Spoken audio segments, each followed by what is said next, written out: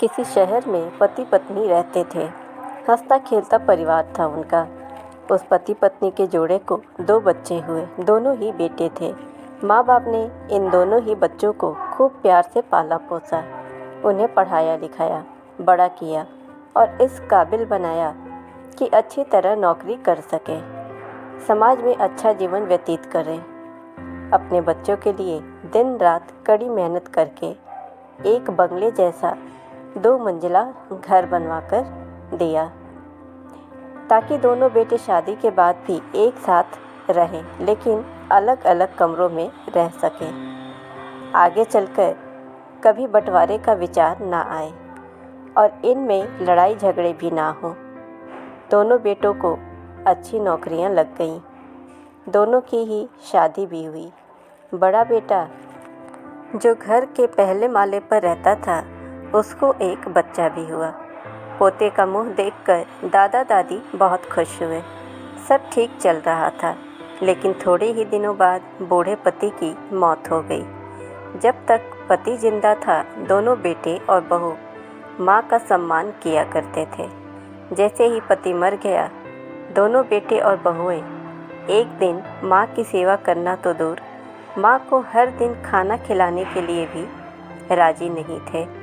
दोनों बेटे और बहुओं ने मीटिंग की और तय किया कि माँ को खाना खिलाने की जिम्मेदारी बांट ली जाए, यानी कि 15 दिन बड़ा बेटा और 15 दिन छोटा बेटा माँ की खाने की जिम्मेदारी ले। जिन बेटों को बिना दिन रात देखे भूख ना होते हुए भी और मनचाहा खाना हमेशा खिलाने के लिए जो माँ हमेशा तैयार रहती थी, अब उसी माँ को बेटों के यहाँ पर दिनों के हिसाब से खाना दिया जाता था।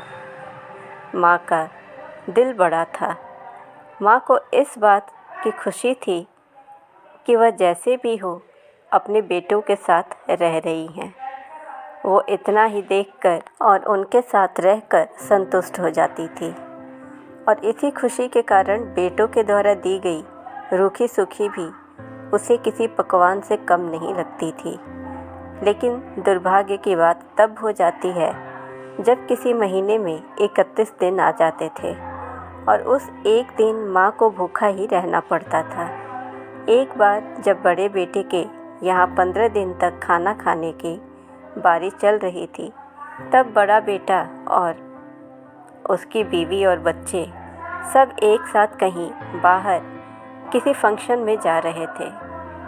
बड़े बहू ने माँ से कहा, माँ जी आज खाना नहीं बना है, हम बाहर जा रहे हैं, वहीं खाएंगे, आप अपने लिए कुछ पका लेना और खा लेना।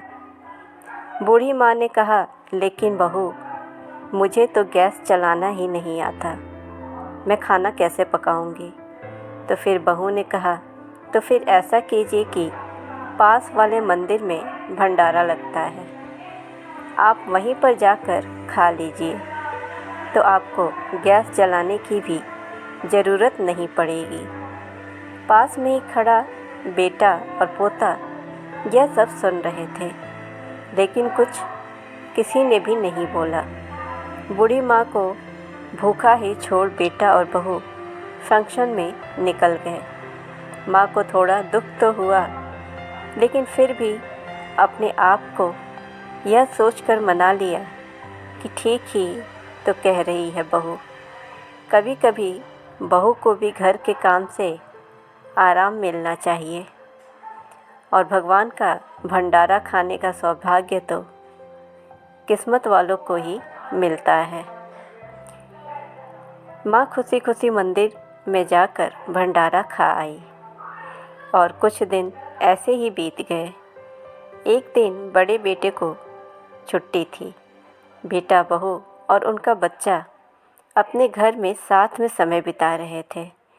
माँ बाप छोटे बच्चे को पूछ रहे थे कि वह बड़ा होकर क्या बनेगा और क्या करना चाहता है। तब उस छोटे से बच्चे ने बड़े ही सरल भाव से माँ बाप को उत्तर देते हुए कहा कि वह बड़े होकर वकील बनना चाहता है। उसकी इच्छा इस घर से भी बड़ा घर लेने की है, लेकिन वह घर मंदिर के पास ही होना चाहिए। फिर माँ बाप ने पूछा, घर के पास मंदिर क्यों होना चाहिए? तब बच्चा माँ बाप से कहता है कि घर के पास मंदिर इसलिए होना चाहिए ताकि जब मैं बड़ा होकर किसी फंक्शन में बाहर जाऊं तो आप दोनों को ज़्यादा तकलीफ़ ना हो। मंदिर नज़दीक रहेगा तो आपको ज़्यादा दूर जाकर भंडारा नहीं खाना पड़ेगा। मासूम बच्चे के ऐसे जवाब सुनकर दोनों ही आश्चर्य में पड़ गए। उनके पैरों तले की ज़मीन खिसक गई। उन्हें अपनी गलतियों का एहसास अब जाकर हुआ था, जो उनके 5 साल के बेटे ने पहले ही कर लिया था।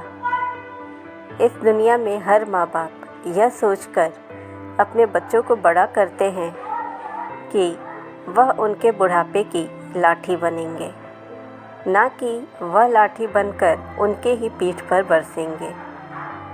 कर्म का चक्र निरंतर घूमता रहता है।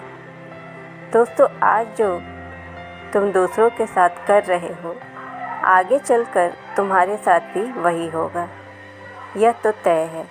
इसलिए हमेशा याद रखो कि दूसरों के साथ वैसा ही बर्ताव करो जैसा तुम चाहते हो कि बाकी लोग तुम्हारे साथ करें।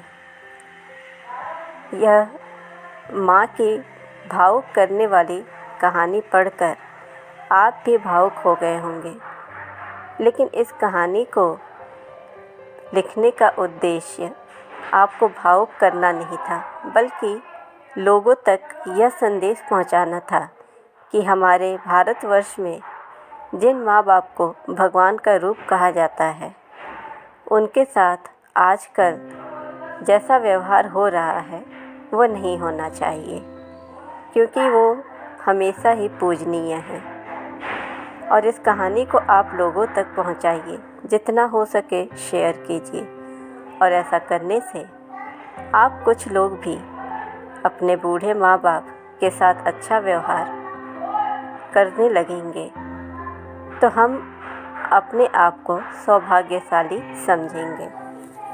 ऐसी ही कहानियों के लिए आप चैनल को सब्सक्राइब करें, नोटिफिकेशन बेल दबाएं, ताकि हमारी हर कहानियाँ आप तक पहुँचती रहें।